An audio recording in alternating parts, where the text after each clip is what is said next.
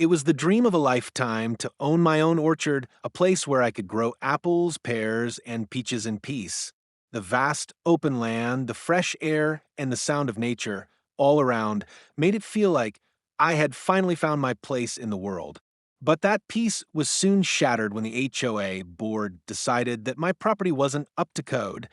They claimed I was violating their rules about tree spacing, irrigation, and property boundaries.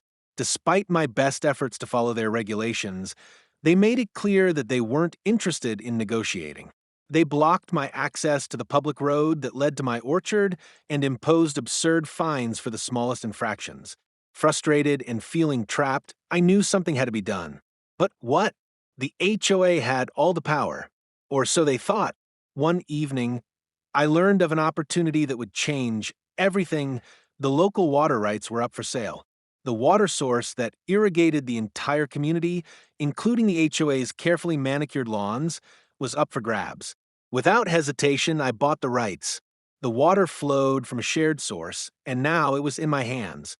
The next morning, I showed up at the HOA's headquarters with a copy of the water rights deed.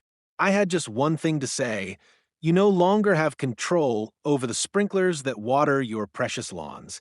With that, I cut off their access to the irrigation system. The lawns they had so carefully maintained with my water were now parched.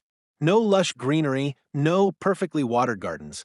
I watched in quiet satisfaction as they scrambled to find another solution. But without the water, their meticulously planned grounds were drying up.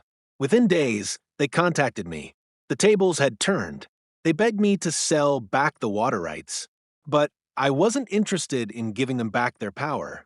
Instead, I offered them a simple deal: respect my property and stop blocking my orchard, or I'd keep the water rights locked up.